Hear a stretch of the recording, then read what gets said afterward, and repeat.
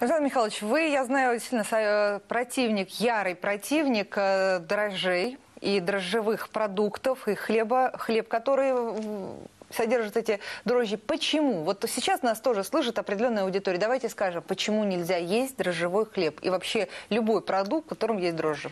Я вам скажу, что дрожжи – это троянский конь. Угу.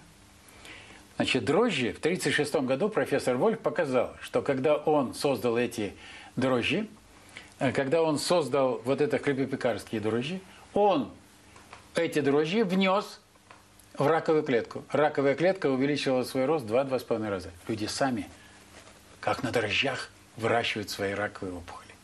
То есть не раковые опухоли, злокачественные опухоли. Рак – это метастазы, понятно, да?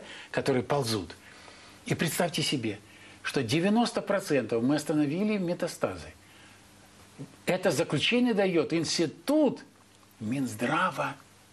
И вы думаете, что-то произошло, и матери молчат, когда их дети, их родственники, близкие матери и отцы уходят из жизни, а народ молчит, как забитая овца.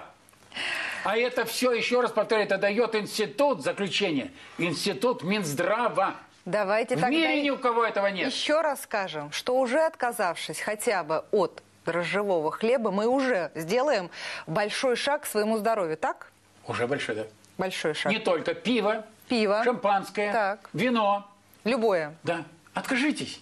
Угу. И уже вы не будете кормить вирусы, микробы и особенно раковую клетку. Угу.